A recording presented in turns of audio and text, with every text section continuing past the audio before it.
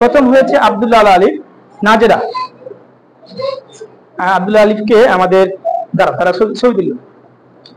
আব্দুল্লাহ আলিফকে আমাদের result card তুলে দিচ্ছেন আমাদের সম্মানিত এমডি এবং চেয়ারম্যান স্যার, অধ্যক্ষ এমডি রুহুল আমিন স্যার।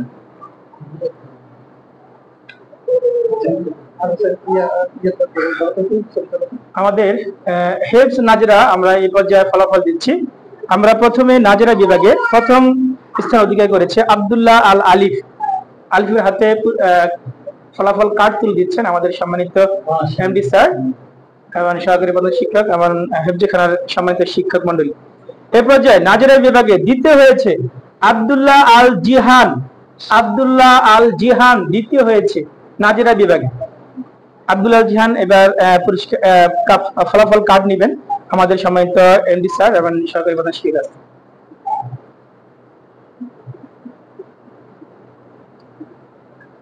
তৃতীয় হয়েছে নাজেরা বিভাগে তৃতীয় দুইজন, ওমর ফারুক এবং হাবিবুল্লাহ। প্রথম ওমর ফারুক আসেন। ওমর ফারুক তৃতীয়, যৌথ হাবিবুল্লাহ। প্রথমে ওমর ফারুক নেবেন, তারপরে হাবিবুল্লাহ। আপনি প্রস্তুত থাকেন। হাবিবুল্লাহ আছেন? হ্যাঁ, ঠিক আছে। আপনাদের নাজেরা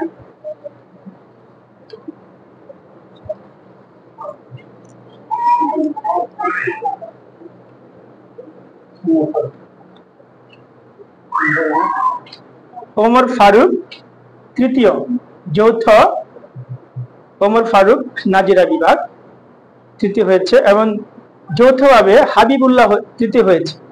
হাবিবুল্লাহ, প্লিজ আপনার কার্ড সংগ্রহ করুন স্যারের কাছ থেকে।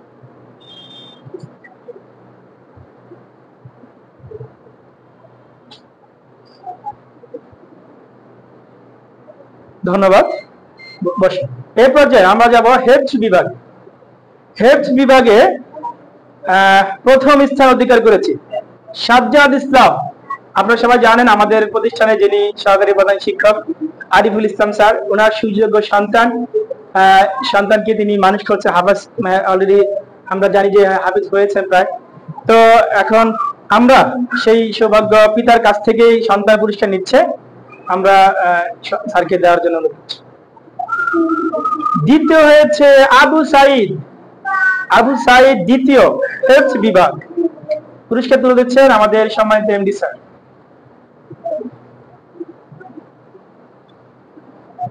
এবং তৃতীয় হয়েছে দুইজন, যৌথভাবে আদনান মোহাম্মদ এবং শাহরিয়ার তাজিম। দুইজন যৌথ হয়েছে। প্রথমে আদনান মোহাম্মদ আসেন।